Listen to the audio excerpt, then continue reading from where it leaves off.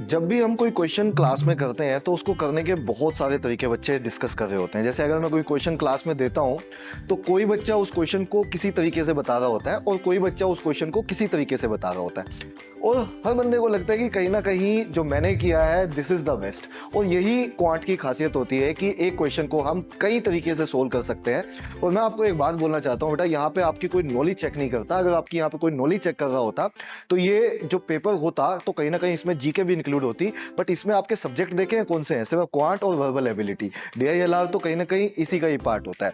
तो अगर इन्हीं के बेसिस पे हम कल को किसी भी कंपनी में बहुत अच्छी पोजीशन पे काम कर सकते हैं तो इसका मतलब ये कोई सब्जेक्ट्स नहीं है, ये स्किल्स हैं जो आपकी अल्टीमेटली क्या चेक करती हैं, आपकी थिंकिंग एबिलिटी चेक करती हैं।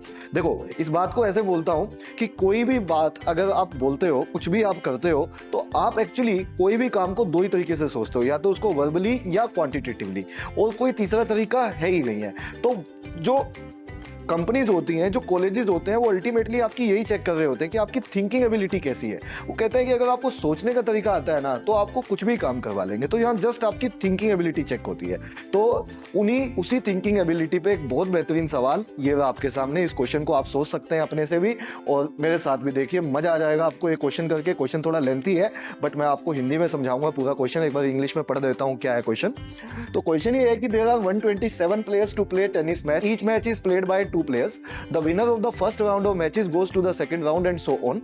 In a particular round, if there is odd number of players, one player is given a bye and automatically promoted to the next round. The process of playing the matches continues till we have a winner. How many matches in total are needed to determine the winner? कुछ समझ नहीं आया अपने को, मैं हिंदी में बताता हूँ क्या कह रहा है क्वेश्चन।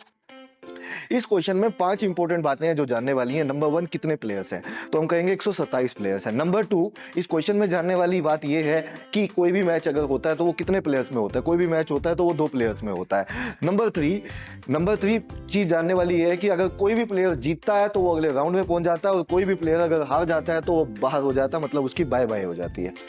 ठीक है। नंबर 4, इस तरह से मैच चलते रहते हैं कब तक, जब तक हमें एक विनर ना मिल जाए। और नंबर 5 लास्ट चीज अपने से पूछा हुआ है, वो विनर को ढूंढने के लिए आपको टोटल कितने मैचेस करने पड़ेंगे। तो क्वेश्चन अपने को समझ में आ गया होगा सबको। आइए इस क्वेश्चन को करते हैं मिलके।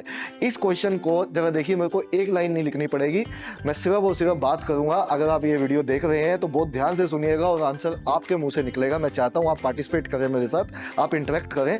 यहीं से हम इंटरेक्ट करते हैं इस कैमरे के थ्रू और मैं जानता हूं कि आप खुद बोलेंगे आंसर। ठीक है। मैं 5 सिंपल सवाल फिर से पूछता हूं, आंसर बताना मेरे को। पहला सवाल, कितने प्लेयर हैं, इसमें कितने टोटल प्लेयर हैं, तो आप कहेंगे टोटल 127 प्लेयर है सर। Very good. कितनों को हमें विनर बनाना है, अल्टीमेटली कितनों को विनर बनाना है। मैचेस तो चलते रहेंगे, अल्टीमेटली एक को विनर बनाना है। कितनों को विनर बनाना है, एक को विनर बनाना है। फिर से पूछ रहा हूं, कितने प्लेयर्स हैं, आप कहेंगे 127 है।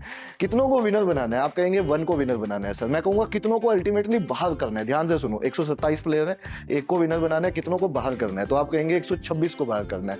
127 - 1, अगर 127 प्लेयर है, एक को विनर बनाना है तो 126 को बाहर करना है। अब एक लास्ट क्वेश्चन, कोई भी मैच होता है तो उसमें कितने प्लेयर बाहर होते हैं। कोई भी मैच अगर होता है तो एक मैच में एक प्लेयर बाहर होता है, एक मैच में एक प्लेयर बाहर होता है तो 126 को बाहर करना है। एक मैच में एक बाहर होता है तो 126 को बाहर करने के लिए मुझे कितने मैच करने पड़ेंगे। बस क्वेश्चन इतना सा है। 126 प्लेयर्स को बाहर करने के लिए कैन वी से डिवाइड बाय 1, मुझे 126 मैचेस करने पड़ेंगे।